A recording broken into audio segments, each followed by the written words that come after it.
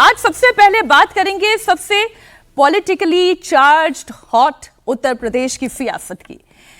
UP में चवन्नी पर घमासान मचा हुआ है। समाजवादी पार्टी के अध्यक्ष अखिलेश यादव ने आरएलडी चीफ जयंत चौधरी की तुलना चवन्नी से कर दी। जयंत चौधरी पश्चिमी उत्तर प्रदेश के बड़े नेता हैं। पूर्व प्रधानमंत्री चौधरी चरण सिंह के पोते हैं, जाट समाज से आते हैं और बात अब जाट समाज तक है।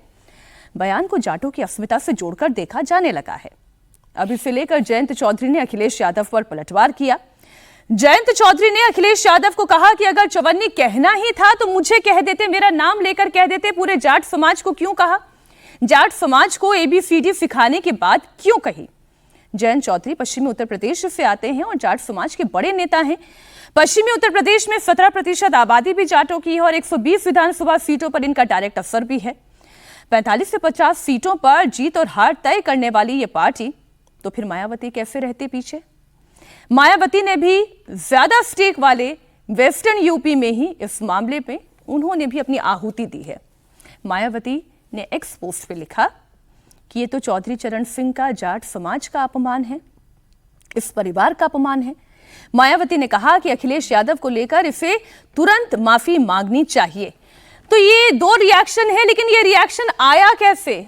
आखिर ऐसा अखिलेश यादव ने कहा क्या था जिसकी वजह से जयंत चौधरी भी नाराज हैं, माफी मांगने के लिए मायावती भी कह रही हैं? तो अखिलेश यादव का बयान आपको सुनना होगा। कुछ गठबंधन भी ऐसे किए हम लोगों ने, जाने कहां से आ गए थे गठबंधन वाले। बताओ, हम लोगों ने चवन्नी का रुपया बना दिया तब भी हमें छोड़ के चले गए। सोचिए कितने लोग छोड़ के गए हम लोगों को। और अभी मान लो जैन जी वापस आ जाएं।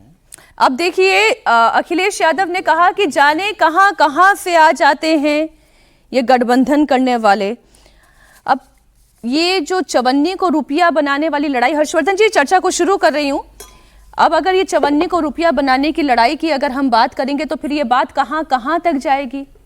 ये बात चौधरी चरण सिंह जी तक जाएगी, फिर मुलायम सिंह यादव पर भी जाएगी। मुलायम सिंह यादव जी का क्या स्टेक था और फिर उससे उनका बड़ा स्टेक कैसे हुआ? तो ये जो चवन्नी वाली लड़ाई है, ये 25 पैसे के साथ साथ 27 की जंग, क्या ऐसे जीत पाएंगे अखिलेश यादव?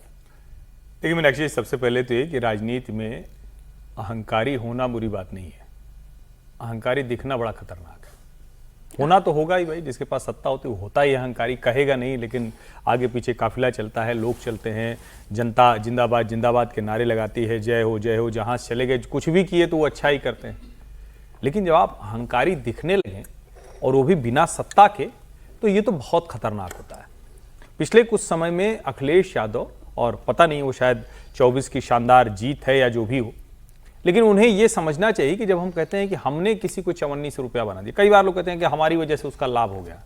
अच्छा, आप ये नहीं बताते हैं कि आपका क्या लाभ हुआ, आमतौर पे आप दूसरे वाले का लाभ ही बताते हैं। अभी अभी उदाहरण ले लें, जो 35 और 6 43, 37 और 6 43 जो सीटें आई थी, जो समाजवादी पार्टी और कांग्रेस है, अगर अलग अलग लड़े होते तो आज कौन एक आना होता, कौन दो आना होता, कौन शून्य होता, इसकी कल्पना की जा सकती है क्या? कमाल की बात यह है कि इसी अंदाज में कांग्रेस और समाजवादी पार्टी भी एक दूसरे को आजमा रहे हैं।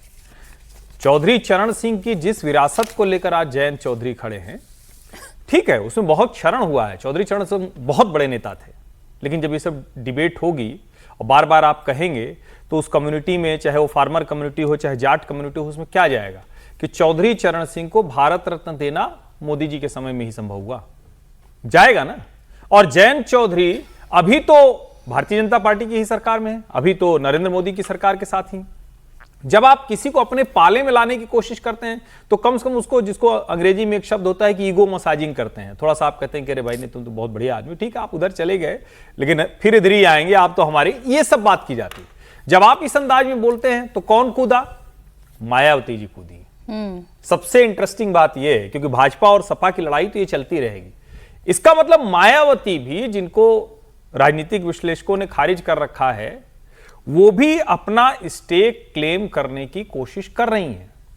और मैं पहले भी कहता रहा हूं कि ये मायावती एक ऐसी, राजनीतिक तौर पर एक ऐसी शख्सियत है अभी उत्तर प्रदेश में जो न्यूट्रल पॉइंट है। जी, पॉलिटिक्स में न्यूट्रल पॉइंट बड़े कम होते हैं ना। अच्छा, जो अखिलेश का समर्थक है वो घनघोर वाला, वो भाजपा का समर्थक हो जाए, इसकी संभावनाएं बड़ी न्यूनतम होती हैं। प्रोबेबिलिटी का जो सिद्धांत होता है प्रायिकता का बड़ा कम हो जाता है। भाजपा का जो कट्टर वाला समर्थक है, भले मोदी जी ने पद्म भूषण दे दिया मुलायम सिंह यादव को, लेकिन देखते ही सपा का झंडा वो चिढ़ जाता है। मायावती का इस वक्त नीला झंडा, हाथी निशान ऐसा है जिससे कोई चिढ़ नहीं रहा है, जो न्यूट्रल पॉइंट है। और अगर वो न्यूट्रल पॉइंट अपनी चीजें इस तरह से कहने में कामयाब होगा तो ये सबके लिए मुश्किल हो सकती है, और अखिलेश के लिए ज्यादा बड़ी इसलिए क्योंकि अगर न्यूट्रल पॉइंट पे कुछ लोग जुड़े तो उनका जो मुस्लिम मतदाता है उसको साफ साफ दिखेगा कि अगर ये हटाने की स्थिति में है तो वो उधर भी जा सकता है। तो मैं इसको सिर्फ इतना भर नहीं देख रहा हूं कि 54 रुपया जयंत चौधरी और अखिलेश, मैं इसको ओवरऑल जब देखता हूं तो यूपी की राजनीति में नए सिरे से, जिसको कहते हैं कि शतरंज की बिसात पर चालें चली जा रही हैं। एक डेटा हमारे पास है, मैं पीसीआर डायरेक्टर से रिक्वेस्ट करूंगी वो डेटा जरा हमारे दर्शकों के लिए जरा स्क्रीन पर ले आए। और 2017-2022 का सर जो आंकड़ा है विजय जी, उसमें ये बता रहा है कि जब समाजवादी पार्टी के साथ 2017 में आरएलडी का गठबंधन था तो गठबंधन में 57% वोट इनके पास था, लेकिन जैसे ही 2022 में गठबंधन टूटा फिर समाजवादी पार्टी के पास वो 33% रह गया। तो ये फिर अखिलेश यादव ये गणित देखने के बावजूद ये जो बात कह रहे हैं, इसका रिएक्शन क्या होगा फिर? देखिए, किसी भी समाज को लेकर कोई टिप्पणी करने से नुकसान ही होता है, ठीक है। और ये बात बहुत हर्ष ने अच्छी कही कि हम सब लोग ये बताते हैं हमारी वजह से आपका कितना फायदा हुआ, ठीक है, लेकिन आपका कितना फायदा हुआ जो आप बता रहे हो कि 37 और 53 पर या 56 पे 50 से 57 से 33। हाँ, तो इससे ये समझ में आ रहा ना कि भाई अखिलेश जी के साथ जब जयंत जी थे तो कितना फायदा उनको हुआ, या जाट समाज का जो भी प्रतिनिधि जिसका वो कर रहे हैं वो उनके साथ आया। इसका मतलब ये नहीं है कि जयंत जी का फायदा नहीं हुआ होगा अखिलेश जी के साथ, क्योंकि वो क्यों जाते हैं उनके साथ, तो जयंत को भी उनका फायदा हुआ। और उससे अखिलेश जी की नाराजगी असली वजह क्या है कि एक तो जो एमएलए मिले वो तो ठीक है, अखिलेश जी ने अपने स्टेक पर उनको राज्यसभा भेज दिया जयंत जी को, और उसके बाद वो चले गए, ये उनको एक तकलीफ है, असली बात तो ये है, ठीक है। फिर दूसरी बात है, चौधरी चरण सिंह जी का नाम बार बार लिया जाता है, तो भले ही जयंत चौधरी उनके ग्रैंडसन हैं चौधरी चरण सिंह के, लेकिन समाजवादी पार्टी उनका पॉलिटिकल वसीयत अपने नाम समझती है कि वारिस वो है पॉलिटिकल। क्यों ऐसा समझती है? मुलायम सिंह की वजह से, क्योंकि मुलायम सिंह अपना पॉलिटिकल गुरु के तौर पे चौधरी चरण सिंह को देखते थे, और ये बात ठीक भी है कि वो समाजवादी पार्टी के नेता के तौर पर चौधरी चरण सिंह हमेशा रहे। मुलायम सिंह जी ने हमेशा मुलायम सिंह यादव को मुलायम सिंह यादव बनाने का काम तो चौधरी चरण सिंह जी ने किया। हाँ, तो वही मैं कह रहा हूँ ना, तो इसलिए वो मानते हैं। तो फिर ये चवन्नी तो मैं कह रहा हूँ कि राजनीतिक वसीयत जो है, राजनीतिक वारिसदारी जो है वो समाजवादी पार्टी के पास है। अब जयंत उसके वो हो गए क्लेमेंट, पहले होता था भाई उनके साथ ही तो दो भाई एक साथ चल जाए तो ठीक रहता है, अब यहाँ पर ये परेशानी हो गई। और मुश्किल क्या है कि वेस्टर्न यूपी में समाजवादी पार्टी उतनी मजबूत पार्टी नहीं है वहाँ पर, तो वहाँ जाट वोट जो है 17% है, 20% है, 10% है, वो वोट इधर उधर कर सकता है। भारतीय जनता पार्टी के लिए जयंत चौधरी का आना उस वोट बैंक को मजबूत करता है, लेकिन ऐसा नहीं है कि भारतीय जनता पार्टी के पास जाट वोट बैंक नहीं है, मैं उसका भी जाट नेता भी बहुत सारे हैं हूं। उनके पास। इसका उदाहरण भी मैं दे देती हूँ। इसी में जो डेटा मैंने पढ़ा, 2017 में भारतीय जनता पार्टी जब आरएलडी के साथ गठबंधन में नहीं थी तब जाट कितना प्रतिशत उनके साथ था? वो 38% था जी। लेकिन वही 2022 में जब आरएलडी के साथ बीजेपी का गठबंधन हो गया तो भारतीय जनता पार्टी के साथ जुड़ने वाला जाट कितना हो गया? वो 54% पर आ गया। तो इसका मतलब ये है कि वो पावर तो है, पावर तो है, ये इसीलिए तो सारा वो चल ही रहा उनका खेल। वो पावर तो है, पावर को अपने पास बुलाने के लिए कोई चवन्नी कैसे बोलते हैं? ये कैसे चवन्नी छाप पॉलिटिक्स है? देखिए, अखिलेश यादव ने जो कहा है वो मुझे लगता है समझदारी से ज्यादा उनका फ्रस्ट्रेशन है। अच्छा। उनको ये बात समझ में आ गई है कि सिर्फ कांग्रेस और एसपी मिलकर के विधानसभा चुनाव में सत्ता परिवर्तन का कारक तो नहीं बन सकते। वो जब तक गठबंधन का विस्तार नहीं होगा, गठबंधन का विस्तार करने के 2-3 ऑप्शन थे, दोनों तीनों अभी उनके लिए आउट ऑफ रीच दिख रहे हैं। उनमें से एक जयंत चौधरी है। जयंत इसलिए जरूरी है कि वेस्टर्न यूपी में समाजवादी पार्टी मुलायम सिंह के समय से ही उसका कोई बड़ा जनाधार नहीं है। मुस्लिम वोट बैंक उसको मिलता रहा है, लेकिन जब तक जाट वोट बैंक उसके साथ मिलता नहीं है तब तक कोई विनिंग कॉम्बिनेशन बनता नहीं है। अब मैं थोड़ा सा इसको अगर आप समय दें तो जो मुलायम सिंह का आपने कहा, मुलायम सिंह को चरण सिंह ने बनाया जो कुछ बनाया जी, इसमें कोई दो राय नहीं है। और दूसरी बात मैं एक और कहूँ उससे आगे जाके कि चरण सिंह को इतना बड़ा नेता अगर बनाया तो उसमें जाटों के साथ साथ यादवों का और दूसरी बैकवर्ड जातियों का बहुत बड़ा योगदान था। भाई जाट तो वेस्टर्न यूपी में है, ईस्टर्न यूपी में तो है नहीं, जी बिहार में तो है नहीं। और चौधरी चरण सिंह की जो राजनीति थी, अगर आप थोड़ा 75, 77, 84 तक भी देख लें, चौधरी चरण सिंह किसानों के नेता के तौर पर बस, खड़े हुए। तो यूपी से लेके हरियाणा, बिहार, राजस्थान, उड़ीसा तक, पंजाब में ठीक है बादल की वजह से थे, या बाकी स्टेट्स में भी थोड़ा बहुत उनका था, मध्य प्रदेश में भी 2-4 एमएलए जीतते रहे, तो वो इतने बड़े नेता थे। लेकिन दिक्कत यह हुई कि मुलायम सिंह यादव, 3 यादव हुए जी। यूपी की राजनीति के बड़े, और उनमें राम नरेश यादव, मुलायम सिंह यादव और बलराम सिंह यादव। राम नरेश और मुलायम सिंह दोनों लोकदल के साथ थे, चौधरी चरण सिंह के साथ। 77 में जब जनता पार्टी बनी और पहली बार उत्तर प्रदेश में मतलब एक गैर कांग्रेसी सरकार बनी, सम्य सरकार तो 67 में ही बन गई थी, जी। तो राम नरेश यादव को बनाया गया जो आजमगढ़ से आते थे। राम नरेश यादव ने मुझे बताया था, संयोग की बात, संयोग कहिए दुर्योग कहिए, तीनों नहीं है। राम नरेश यादव ने बताया था कि मुलायम सिंह यादव कितनी बारीक राजनीति करते हैं। वो लोकदल में या चौधरी चरण सिंह को दिखाते हैं बलराम सिंह यादव का डर कि अगर मैं कमजोर पड़ूंगा, कांग्रेस की सरकार है तो मेरा एनकाउंटर करा देगा, मरवा देगा। वही डर बलराम सिंह यादव कांग्रेस में दिखाते थे अपने आप को मजबूत करने के लिए कि मुलायम सिंह यादव मुझे मरवा देगा। तो एक तो मुलायम सिंह यादव कैसे आगे बढ़े, इसमें दो राय नहीं है। बात मैं जी, जोड़ दूं, जी। क्योंकि आपने जब ये किस्सा छेड़ा अभी 2-3 दिन पहले ही, जब इस पे एक और एनालिस्ट से मेरी चर्चा हो रही थी, तो उन्होंने बताया कि मुलायम सिंह यादव जी ये पॉलिटिक्स बहुत अच्छे से जानते थे। राम नरेश यादव जी के काना फूफी करते रहना वो अविश्वास इतना बड़ा कर दिया। खैर ये इतिहास की बात है। अब मैं 2 चीजें मुलायम सिंह की जो हैसियत थी लोकदल में वो बता दूं आपको। जी। एक तो अभी किसी ग्रुप में मैंने फोटो देखा, चौधरी चरण सिंह का पी रहे हैं सोफे पे बैठ के, और मुलायम सिंह यादव हुक्के में जो चिलम होती है ना वो भर के लगा रहे हैं। ये फोटो है, और उस जमाने में एआई नहीं होता था, मुझे नहीं लगता एआई का। एक घटना का मैं खुद प्रत्यक्षदर्शी हूँ। यह घटना है जब बीजेपी और लोकदल का नाम उस समय होता था दलित मजदूर किसान पार्टी, शायद 84 के चुनाव की बात है अगर मैं सही याद कर रहा हूँ। नगला चंद्रभान में जो फरह के पास है, दीनदयाल उपाध्याय जी का जो गृह नगर है, इन दोनों का अलायंस हुआ था। वहां पे एक ज्वाइंट मीटिंग थी नगला चंद्रभान में फरह के पास।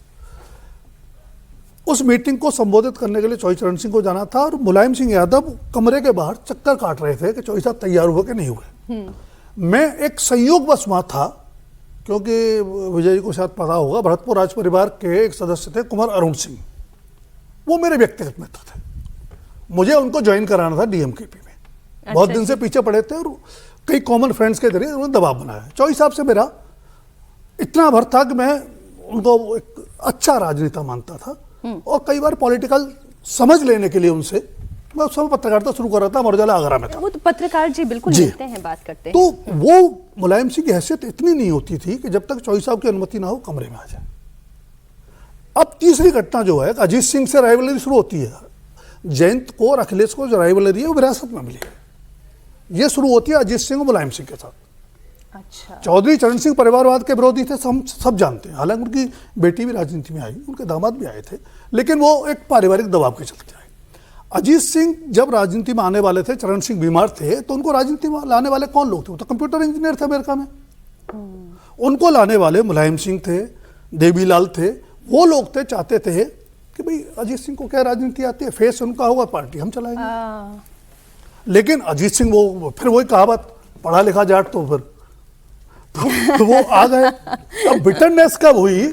जब यूपी में सत्ता परिवर्तन की बात हुई जनता दल बनने के बाद जी, और उसमें दोनों एक क्लेमेंट हो गए। अंडरस्टैंडिंग ये थी कि अजीत सिंह दिल्ली की राजनीति करेंगे, मुलायम सिंह लखनऊ की करेंगे। अब वो अंडरस्टैंडिंग बीच में लोगों ने चाबी भरी, चाबी भरने वाले वीपी सिंह एंड कंपनी थे, जनमोर्चा वाले लोग, और उन्होंने ही अजीत सिंह को डिच किया। लेकिन मैसेज ये गया कि मुलायम सिंह ने अजीत सिंह को मुख्यमंत्री नहीं बनने दिया। तो तब से जाटों के मन में खटास है वेस्टर्न यूपी में। अजीत सिंह और मुलायम सिंह साथ आए, जयंत अखिलेश साथ आए, लेकिन वो खटास मिटी नहीं है। अब देखिए, ये कहानी कुर्सी की ये कार्यक्रम आपको वो कहानियां बताता है जो शायद कभी आपने सुनी होगी, आपकी मेमोरी से वॉश आउट हो गई होगी, या कई सारी ऐसी कहानियां हैं जो आपने नहीं सुनी होगी, तो वो कहानी आपको मिलती है। अब आज की तारीख में सुमीर जी इन्हीं कहानियों को लेकर आते हैं। अखिलेश यादव कैसे जीतेंगे 27 का चुनाव, जब आरएलडी पर इस तरीके की छीटाकशी करेंगे, चवन्नी बोलेंगे? देखिए, चवन्नी अखिलेश यादव ने तो नहीं कहा। पहले चवन्नी किसने जिक्र किया था? जयंत चौधरी ने कहा ना, मैं चवन्नी थोड़ी हूं जो पलट जाऊंगा। उन्होंने खुद को चवन्नी कहा था। उस चवन्नी का जिक्र अखिलेश यादव कर रहे हैं। अखिलेश यादव ये शब्द निकाल कर नहीं लाए थे। जयंत चौधरी ने कहा था कि मैं चवन्नी नहीं हूं जो पलट जाऊंगा। तो जब जयंत चौधरी खुद को चवन्नी कह रहे हैं तो उन्होंने याद दिलाया कि चवन्नी को हमने सिक्का 1 रुपया बनाया था, वो बदल गए। और जयंत चौधरी कितने बड़े जाटों के नेता है कि 2014 में मथुरा से चुनाव हार जाते हैं, 2019 में मुजफ्फरनगर से चुनाव, बागपत से चुनाव हार जाते हैं। उनके पिता अजीत सिंह 2014 में चुनाव हारते हैं, 2019 में मुजफ्फर से चुनाव हार जाते हैं। बाप बेटे दोनों 2024 और 2014 और 2019 का चुनाव हारते हैं। और इतनी हिम्मत नहीं कर पाते कि 2024 का चुनाव जयंत चौधरी लड़ ले। वो राज्यसभा जाते हैं उस समय। इस बार भी 24 का चुनाव वो लड़े नहीं है। तो जो अपनी सीट नहीं पिता पुत्र जीत सकते वो जाटों के बड़े नेता है। अब उनसे चवन्नी कहा, वो कह रहे जाटों की तरफ। और कब जब इंदिरा गांधी ने चरण सिंह को सीएम बनाया था और जब समर्थन वापस ले लिया था, पीएम बनाया था, उसको समर्थन वापस दिया, उसके बाद तो चरण सिंह ने भी कहा था जाटों का अपमान है। क्या जाटों ने साथ दिया? जाटों ने कांग्रेस का खुलकर साथ दिया। जब मुख्यमंत्री उत्तर प्रदेश के बनने की बारी आई, मुलायम सिंह बना अजीत सिंह में, अब मुलायम सिंह बाजी मार गए, तब अजीत सिंह ने कहा कि जाटों का अपमान है। क्या जाटों ने अजीत सिंह का साथ दिया था? मुलायम सिंह का खुलकर वहां पर साथ दिया था। तो अजीत सिंह की जो चरण सिंह की लेगेसी थी राजनीति की, वो चरण सिंह के साथ चली गई है। न वो अजीत सिंह उसको कैरी कर पाए, ना जयंत चौधरी कर पाए। जयंत चौधरी की राजनीतिक हैसियत इतनी भी नहीं है कि अपनी दम पर, अपने जाटों के दम पर अपना लोकसभा चुनाव जीत जाए। इसलिए उनको राजनीतिक रूप से या तो भारतीय जनता पार्टी की बैसाखी की जरूरत है या अखिलेश की जरूरत है। अपने दम पर वो राजनीति नहीं कर सकते। वो समझ गए कि मैं लड़ूंगा, चुनाव हारूंगा और घर बैठूंगा। तो मुझे मंत्री बनना है केंद्र में और 1-2 लोगों को प्रदेश में मंत्री बनाना है, तो मुझे अखिलेश यादव को पकड़ना पड़ेगा राज्यसभा जाने के लिए। केंद्र में मंत्री के लिए मुझे बीजेपी को पकड़ने पड़ेगा। तो मुझे लगता है कि अखिलेश यादव ने, उन्होंने खुद को चवन्नी कहा था, इसके लिए तो स्वतंत्र है हर पॉलिटिकल पार्टी, और यही तो गेम है कि कौन किसे अपने साथ जोड़ लेता है। एक और आंकड़ा, मीनाक्षी का आंकड़ा भी दिखा दूं। बता देती हूं फिर, इसी में फिर आप जोड़ लीजिएगा, क्योंकि यूपी चुनाव को लेकर कास्ट पॉलिटिक्स शुरू हो गई है। जाट को लेकर जयंत चौधरी ने अखिलेश यादव पर निशाना साधा। पीडीए के पी यानी कि पंडित बोलूं या पीड़ित बोलूं, खैर पंडित की हम पहले बात कर लेते हैं, क्योंकि ब्राह्मणों को लेकर मायावती भी अखिलेश यादव पर अटैकिंग मोड पर हैं। मायावती ने अखिलेश यादव के ब्राह्मण कार्ड का जवाब दिया। मायावती ने सोशल मीडिया पोस्ट एक्स पर लिखा कि सपा मुखिया अखिलेश यादव अपने राजनीतिक स्वार्थ के लिए अपने पीडीए में से पी को कभी पिछड़ा वर्ग तो कभी पी को पंडितों का हितकारी बता देते हैं, जबकि इनके बारे में सच्चाई तो यह है कि वे पिछड़े वर्गों में अपनी खुद की जाति के अलावा बाकी पिछड़े वर्गों, अल्पसंख्यकों तथा अपर कास्ट समाज में से खास तौर पर ब्राह्मण समाज के भी कतई हितैषी नहीं रहे हैं। आगे वो लिखती है कि समाजवादी पार्टी के शासन में ब्राह्मण और दलितों का शोषण हुआ। आपको बता दें कि उत्तर प्रदेश में करीब 7% ब्राह्मण वोटर्स हैं। अब ये 7% इतने महत्वपूर्ण हैं कि पीड़ित भी पंडित हो जा रहा है। हर्षवर्धन जी, नहीं, देखिए ये पीड़ित वाला तो मैं मानता ही नहीं हूँ। ये तो मतलब इसको कहते हैं ना कि आपको सब दुनिया आप ये तो मानते हैं पंडित आजकल पीड़ित है? नहीं सर, मैं नहीं मानता। मैं नहीं मानता हूँ। ये पॉलिटिकल एक जिसको कहें कि लोग शब्द इस्तेमाल करते हैं। और सर्वाधिक पीड़ित कौन है? तो न पंडित है, न ठाकुर है, न यादव है, न दलित हैं, कोई नहीं है। गरीब सर्वाधिक पीड़ित हैं श्रीमान अखिलेश यादव, जो सत्ता से बाहर हैं 10 साल से। ना पीड़ा किसको होती है? मैं तो लिटरल मीनिंग में चली गई, जो गरीब है भाई, जिसको सत्ता मिली ही नहीं उसको सत्ता जाने आने का क्या होगा? ठीक है, सत्ता जिसको सत्ता मिलती है उसको मुश्किल होती है, क्योंकि वो मुख्यमंत्री थे ना, और मुख्यमंत्री के बाद गायब हुए तो ऐसा गायब हुए कि पता ही नहीं चला। वो तो कहिए कि अभी 111 और 37 है तो ताकत दिखती है। मायावती जो काम कर रही, मैं फिर कह रहा हूं, मायावती को एकदम से खारिज करना राजनीतिक लिहाज से ठीक नहीं होगा। ये आप कह सकते हैं कि एक वर्ग है ब्राह्मणों का जो उत्तर प्रदेश में कहता है कि हमारी पार्टी थी लेकिन हमारी पार्टी शायद उन उम्मीदों पर हमारे लिए खरी नहीं उतरी। अब वो कितना वोट में जाएगा, क्योंकि वो ये कहते तो हैं लेकिन फिर भाजपा के लिए हमारी पार्टी कह के जाके वोट दे आते हैं, तो क्या वो वोट देने नहीं जाएंगे या वोट देंगे किसी और को देंगे? मुझे अभी वो बड़ी दूर की कौड़ी दिखती है। फिर अगर मान लीजिए उसमें से कुछ वर्ग वोट न देने के लिए तय करेगा, तो क्या वो अखिलेश जी की तरफ जाएगा, जिनके प्रवक्ता मतलब वैश्या भली और ब्राह्मण भला न कोई, थोड़ी थोड़ी तो भली, पता नहीं क्या क्या बोल जाते हैं, और पंडित टीका लगा के निकलता है, पाखंडी होता है। अच्छा, एक आदमी झोला लेके निकलता है और सबसे भीख मांग लेता, पता नहीं क्या क्या उनके प्रवक्तागण बोलते रहते हैं। तो मुझे नहीं लगता कि उधर जाएगा। मायावती की तरफ जा सकता है क्योंकि 2007 का उसका अनुभव बड़ा शानदार रहा है। 2007 में जो मायावती ने सतीश मिश्रा के जरिए जो एक अलग किस्म का समीकरण सतीश जी साधा एक था, बार फिर से पार्टी में वो तो खैर है ही, पोजीशन वो पर लगातार हैं, महत्वपूर्ण उनको भूमिका में स्पेशल है। टास्क दी गई है। हाँ हाँ, वो स्पेशल टास्क दिया गया है, देना ही चाहिए, लेकिन मैं कह रहा हूं कि वो उनको ज्यादा ठीक लगेगा। और आमतौर पर देखें तो यादव और दलितों के संघर्ष की तो कहानियां आपको गांव में मिल जाएंगी, लेकिन ब्राह्मण और दलित के संघर्ष की कहानियां सिर्फ कम्युनिस्टों के मन में होती है। मतलब इसके अलावा कहीं नहीं होती, जमीन पर कहीं नहीं मिलेगी, इसीलिए कम्युनिस्ट कहीं जमीन पर नहीं होते हैं। जमीन पर ऐसी कहानियां नहीं, उनके मन में है, तो वो मन मस्तिष्क थी।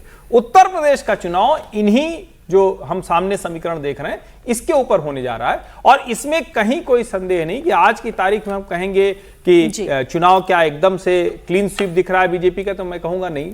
भारतीय जनता पार्टी सबसे मजबूत भले दिख रही है योगी आदित्यनाथ की अगुवाई में, लेकिन क्लीन स्वीप या बहुत जबरदस्त प्रचंड है एकदम सब तरफ से, ऐसा मैं नहीं मानता हूं। ठीक है, एक बार हाँ जी जी आप बात करें फिर कर नहीं, लेंगे नहीं, आगे कोई प्लीज, नहीं। प्लीज। मायावती जी के लिए कि मायावती जी को खारिज कोई नहीं कर सकता है ना, लेकिन मायावती जी ने ये मैसेज दे दिया कि भाई साहब मैं न्यूट्रल नहीं हूं। ये मैसेज है पूरे बयानों का। इससे थोड़ा और इलैबोरेट करें सर। उन्होंने बता दिया कि वो किस पक्ष में खड़ी हैं। एक तरफ से तो साफ साफ बता दिया कि अखिलेश जी के साथ नहीं है, कांग्रेस के साथ तो वो रहती नहीं है नॉर्मली। तो इसका मतलब वो जब ब्राह्मणों की बात करती हैं, जब जाटों की बात करती हैं, उस पर नाराजगी की बात करती हैं, तो वो भारतीय जनता पार्टी के पक्ष में खड़ी हैं। इसका मतलब ये नहीं कि भारतीय जनता पार्टी के साथ मिलकर चुनाव लड़ेंगी, लेकिन उन्होंने कहा कि भरोसा रखो मुझ पर कि अगर थोड़ा सा भी स्विंग होता है तो क्या पता है इनके हिस्से का है। नहीं, बस उन्होंने कहा कि मुझ पर भरोसा रखो। ठीक है, उत्तर प्रदेश की राजनीति में मायावती रिलेवेंट है। मायावती 14 साल से सत्ता से बाहर है, 2012 में सत्ता से बाहर हो गई मायावती। उसके बाद से मायावती ने क्या विपक्ष की कोई भूमिका निभाई? क्या मायावती ने उत्तर प्रदेश में अपना जनाधार बढ़ाने के लिए अपने कोर वोटर को, उसके अलावा ब्राह्मणों को, ठाकुरों को या दूसरी जातियों को जोड़ने के लिए कोई अभियान चलाया? मायावती ने जिस तरीके से 14 साल की राजनीति की है, अब उन गैर जाटव जितने भी सबका मोहभंग मायावती से हो गया है। अब मायावती के पास कोर वोट बचा रहा है, वही बस मायावती की बहुत बड़ी उपलब्धि होगी। मायावती यह सोचे कि अब 12 साल बाद मैं निकल के आऊं और रैली कर दूं 2, और बाकी कोर वोट मतलब बाकी तमाम लोग जो 2007 में मेरे पास आए थे सोशल इंजीनियरिंग के रूप में, फिर मेरे पास लौट आएंगे। अब गंगा से पानी बहुत बह गया है। अब लेकिन सर आप ही लोगों के डिस्कशन में आपने भी कई दफा, विजय जी ने भी, हर्षवर्धन जी ने भी कई दफा ये कहा है कि जो 11% उनका वोट बैंक है, जाटा वोट बैंक, वो तो उनके पास आएगा ही आएगा। नहीं, वो इररिलेवेंट होकर ही तो रिलेवेंट हुई। बस वो ही बचा ले। मैं कह रहा हूँ 11% बचा ले, उस 11% के बेंच पे आप कोई बहुत बड़ी ताकत हासिल नहीं कर पाओगे। रेलेवेंस यही है कि वो इररिलेवेंट है। मायावती को उनके वोट बैंक ने या सपोर्ट बेस ने लेट डाउन नहीं किया, मायावती ने उनको लेट डाउन किया, पहली बात। इसलिए मायावती रिलेवेंट है अपने कारणों से है।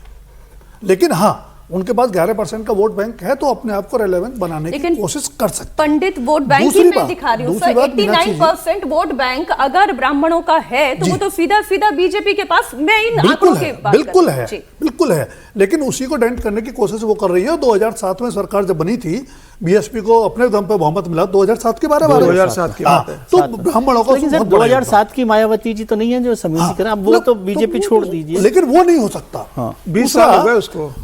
एक सूचना के तौर पे है अभी, अखिलेश यादव 2 नए ऑप्शंस ट्राई करने की कोशिश कर रहे हैं। अच्छा, एक कोशिश है जो मायावती के खिलाफ खड़े हो रहे हैं चंद्रशेखर, उनसे अलायंस की, और दूसरी कोशिश है राजस्थान में जाटों की राजनीति कर रहे हनुमान बेनीवाल को यूपी में लाकर के। एक बार हनुमान बेनीवाल तक हम जाएं, लेकिन ये जो अभी आपने इंफॉर्मेशन दी चंद्रशेखर को जोड़ने की, तो इसमें कांग्रेस पार्टी तो चाह रही है लेकिन अखिलेश यादव नहीं चाह रहे हैं, जहां तक मेरी इंफॉर्मेशन है। आप इसमें फिर अब ऐड करिए। मेरी जानकारी ये है कि अखिलेश यादव दोनों के लिए ऑप्शंस खुले रखे हुए हैं, और जैसे कि उनके पिताजी की भी आदत है, हर राजनीति में होनी चाहिए। मुझे लगता है ये बुराई नहीं है, नुकसान तो नहीं हो वो रहा ना। हार्ड बार्गेन तो उनके पास है नहीं, दलित वोट जो है अखिलेश जी के पास किसी भी हालत में नहीं आना, तो जो आ जाएगा ठीक है, नहीं आएगा और चंद्रशेखर की इमेज देखिए, ब्राह्मण और दलित वोट उसको अखिलेश जी के पास लाना बहुत मुश्किल काम है।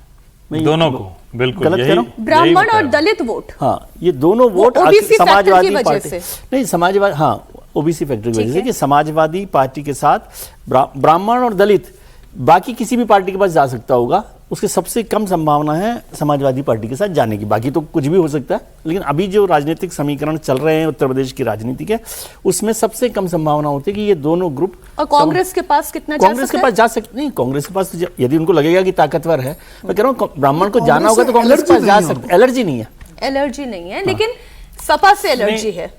कांग्रेस अब एलर्जी तो फिर नेगेटिव शब्द लगेगा, लेकिन मुझे संभावना कम लगती है उनकी उनके साथ जाने की, ब्राह्मण और दलित दोनों। इसलिए चंद्रशेखर यदि उनके साथ आ जाएंगे तो चंद्रशेखर का वोट अखिलेश को एड ऑन करेगा, तो उनको क्या दिक्कत है। आप कुछ ऐड करें? नहीं, मैं ये कह रहा हूं कि देखिए, ब्राह्मण वोट नहीं जा सकता है ऐसा कहीं नहीं होता है। हाँ, समाजवादी पार्टी के साथ 2012 में एक छोटा हिस्सा ही सही लेकिन गया ही था जी। 2007 में चूंकि मायावती के साथ बहुत बड़ा हिस्सा गया था, लगभग हर जगह जो उसकी संख्या विधायक सांसद के तौर पर हर तरह दिख रही थी। सवाल यह है कि क्या अखिलेश यादव और समाजवादी पार्टी की राजनीति, अखिलेश यादव और समाजवादी पार्टी ने ये बाद में थोड़ा करेक्शन किया, जब उनको लगा कि एकदम से ही हो जाएगा तब तो बड़ी मुश्किल होगी, क्योंकि 11 से 13% का मतदाता समूह है, उत्तर प्रदेश का सबसे बड़ा जातीय समूह है, तब उन्होंने कोर्स करेक्शन किया।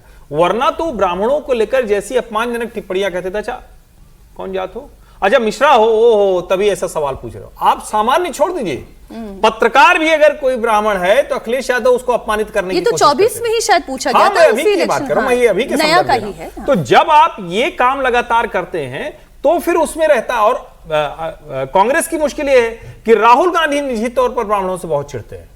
उसके पीछे ये नहीं कि उनका ये है कि हमने बहुत दिया, वो दूसरी तरह सोचते हैं। वो ये सोचते हैं कि हमने ब्राह्मण समाज को बहुत दिया, कांग्रेस ने इनको बहुत आगे बढ़ाया, लेकिन ये हमारे साथ नहीं आए। वो दूसरी तरह सोचते हैं। जबकि सच ये है कि जब आप जिन स्थितियों में रहे आपके साथ रहा, लेकिन जब आप राष्ट्रीय मुद्दों पर हटे, इसको समझना चाहिए जरा। ब्राह्मण कोई जात की वजह से उनके साथ न गया न आया था, राम मंदिर आंदोलन के बाद हटा, और आप उसके बाद भी कोर्स करेक्शन को तैयार नहीं हुए। जब आप कोर्स करेक्शन को तैयार नहीं हुए तो उस आधार पर वो तो संख्या उन्होंने देखी। अब ये एनालिसिस जो है आप लोग करें वो नहीं, मैं सिर्फ कौन कहां जा सकता है उसके मायावती ने अखिलेश यादव को पीडीए में पी को पंडित बताया, तो पीडीए के पी को लेकर योगी आदित्यनाथ ने भी सवाल उठाया। हमने इतनी चर्चा कर ली, लेकिन ये बड़ा इंटरेस्टिंग है। योगी आदित्यनाथ ने ये कहा कि पहले पी से पिछड़ा था, फिर पी से पंडित हो गया, आगे पी जाकर पाकिस्तान ना बन जाए। योगी आदित्यनाथ पूछ रहे हैं, तो इस पर अखिलेश यादव ने पलटवार किया और सोशल मीडिया पर उन्होंने लिखा कि एक रंगी क्या जाने बहुरंग की ताकत क्या है। अब इस पर जरा बात कर लें, एक रंगी और बहुरंगी। देखिए, एक रंगी तो राजनीति हो नहीं सकती, ये तो एक मुहावरा भले ही कर लें आप। राजनीति हमेशा बहुरंगी होती है। और आप जैसे बीजेपी पर तंज कसा होना, तो बीजेपी का भी जो सपोर्ट बेस जिस तरह से एक्सपेंड हुआ 2014 के बाद खास तौर पर, तो आप उसको एक रंगी कैसे कह सकते हैं? मैं तो सर उस एक रंग को कह रही हूं। हिंदू कंसोलिडेशन को अगर आप नजरिए से देखें तो इस एक रंग में तो सभी रंग है। सर आप एक लाइन जोड़ देना कि राजनीति बदरंग होती है। अच्छा, दूसरा, अखिलेश यादव को बेहतर ये होता कि अपनी पीडीए की परिभाषा एक बार तय कर लेते। आप देखें कि जब से उन्होंने पीडीए का नारा शुरू किया, मेरे ख्याल से 24 से शुरू किया, 24 के चुनाव, हर बार उनकी पीडीए की जो एवरीवेशन बदलती रही है। पी कभी किसी के लिए होता है, डी दलित के लिए होता है, आदिवासी के लिए ए हो जाता है, अगड़ा पिछड़ा हो जाता है। तो इसमें तो बेहतर है कि वो इसको छोड़ के सबको साथ लेना, सब वही तो बात कर रहे हैं। अगर एक रंग और सब रंग की बात कर रहे हैं तो आप वही सबका साथ सबका विकास वाली जो बात है उस लाइन पर कुछ सोचें। अभी मुझे खबर मिली है, अखिलेश यादव जी ने जवाब दिया है, बीजेपी का अर्थ भाग जा पाकिस्तान लीजिए। ये एक नया एंगल उन्होंने देने की कोशिश की। मैं तो अभी उस एक रंग का ही मतलब समझ रही थी विजय जी। उस एक रंग, जब हम भगवा रंग की बात करते हैं तो वो कंसोलिडेशन हिंदुओं का कंसोलिडेशन होता है, जिसमें निषाद भी होता है, राजभर भी होता है, ब्राह्मण, राजपूत, वैश्य भी होता है, यादव भी होता है। कंसोलिडेशन का मतलब होता है, लेकिन ये भाग जा पाकिस्तान नया है सर। नहीं, अब ये तो वो कर सकते हैं। मैं तो इस रेफरेंस से जो लोग ये भी कहते हैं किसी को कि भाई आप पाकिस्तान चले जाइए, उससे भी कभी सहमत नहीं होता, और भाग जा पाकिस्तान से भी सहमत नहीं होता। किसी को कहीं नहीं जाना, यहीं रहना है जो लोग यहाँ रह रहे हैं। आपको वोट दें या ना दें, बहुत सारे लोग इस पर भी बात करते रहते हैं। मुद्दा वो नहीं है। मुद्दा है कि पीडीए को, उनको पीडीए पर जब वो बार बार उसको पी बढ़ा रहे हैं ना, इसका मतलब समझिए कि वो अपना एक्सपेंशन करना चाहते हैं। वो समझ रहे हैं कि जो शायद राजकुमार जी ने इस बात को कहा कि भाई जो अभी उनके पास है वो गठरी, उस गठरी से काम नहीं चलेगा। गुलदस्ता उन्हें गुलदस्ता कह लें, जो भी कर लें, तो उस गुलदस्ते में 2-4 फूल और डालने हैं, तो वो फूल उनको अलग अलग तरीके से मिलते हैं और वो उससे क्या हो रहा है कि पी को पंडित कहे, मुझे कोई आपत्ति नहीं है, पीड़ित कहे, पंडित कहे, जो भी कहें, लेकिन उससे जो उनके पास जो ग्रुप था उसको कंफ्यूजन होता है कि भाई अभी तो हम ही इनको अपना ही नेता मानते थे, अब ये तो सबके ही नेता बन रहे हैं। ठीक ठीक सर।